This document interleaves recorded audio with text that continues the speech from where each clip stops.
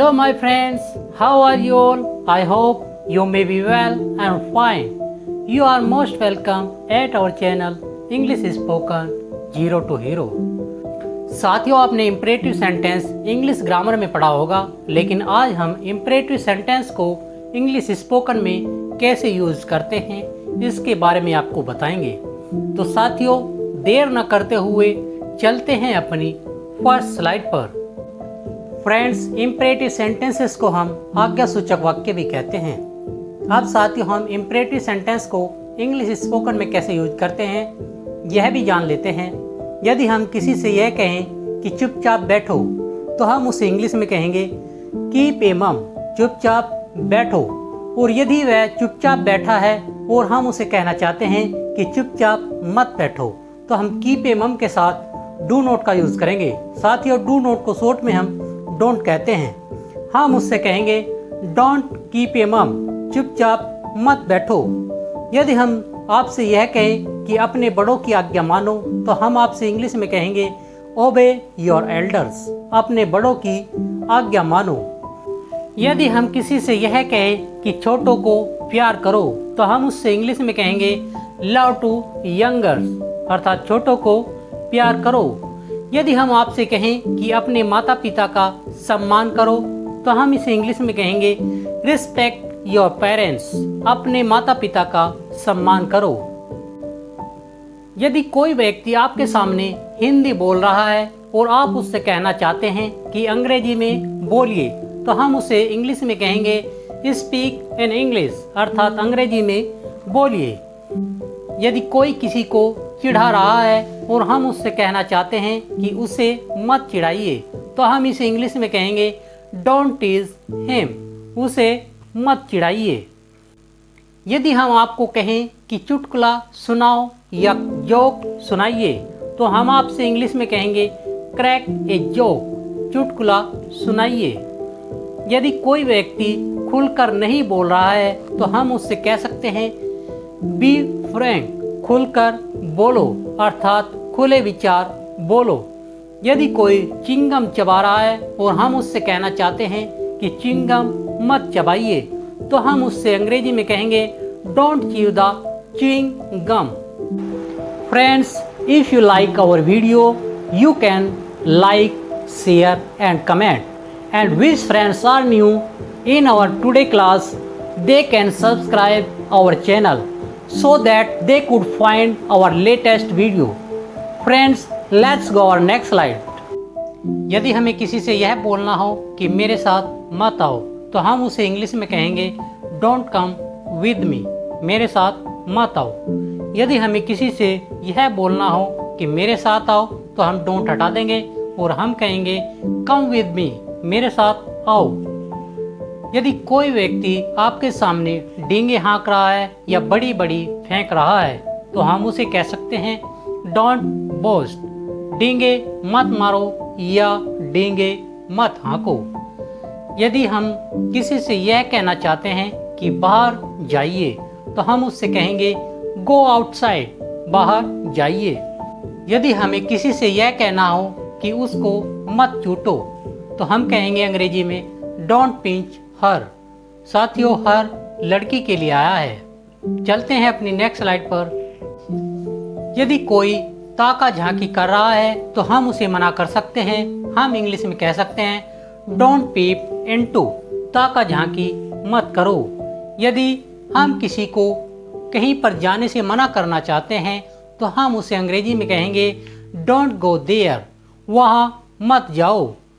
यदि हम किसी को यह कहना चाहते हैं कि जल्दी करो, तो हम उसे अंग्रेजी में कहेंगे हरी अप या बी फास्ट, जल्दी करो। उसके साथ मत बैठो, इसे अंग्रेजी में कहेंगे डोंट सिट विद हिम, उसके साथ मत बैठो।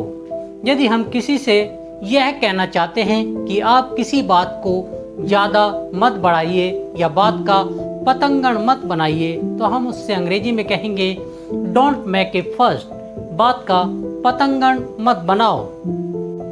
यदि कहीं पर बंदूकों की लड़ाई हो रही है, तो हम उसे कहेंगे डोंट ट्राइफल, बंदूकों की लड़ाई मत करो।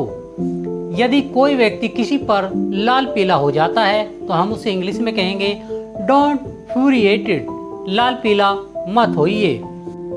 यदि कोई व्यक्ति झूठ बोल रहा है और हम उसे कहना चाहते हैं कि सच बोलो, तो हम उससे इंग्लिश में कहेंगे स्पीक द ट्रूथ, सच बोलो। यदि हम किसी को बात करने के लिए मना करना चाहते हैं तो हम उससे अंग्रेजी में कहेंगे डोंट टॉक टू हिम, उससे बातें मत करो।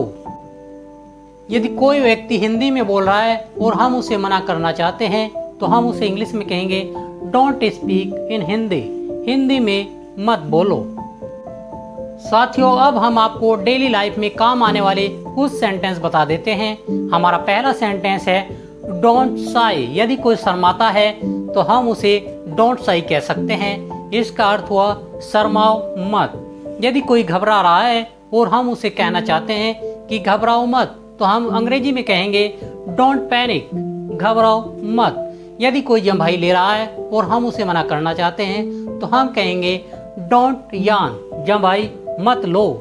यदि हम किसी से कहना चाहते हैं कि मुझसे बात करो, तो हम उसे अंग्रेजी में कहेंगे टॉक टू मी, मुझसे बात करो। यदि कोई सच्चाई छुपा रहा है तो हम उससे अंग्रेजी में कहेंगे डोंट कंसील द फैक्ट, सच्चाई मत छुपाओ। साथियों, कहीं पर आपको सुनकर अच्छा लगता होगा और कहीं पर सुनकर आपको बुरा लगता होगा। तो यदि आपको अच्छा लगता है तो इसे हम अंग्रेजी में कहेंगे इट साउंड्स टू गुड, यह सुनकर अच्छा लगा। साथियों, इट इज को शॉर्ट में इट्स कहते हैं। यदि आपको सुनकर बुरा लगा हो तो हम उसे अंग्रेजी में कहेंगे इट साउंड्स टू बैड, यह सुनकर बुरा लगा।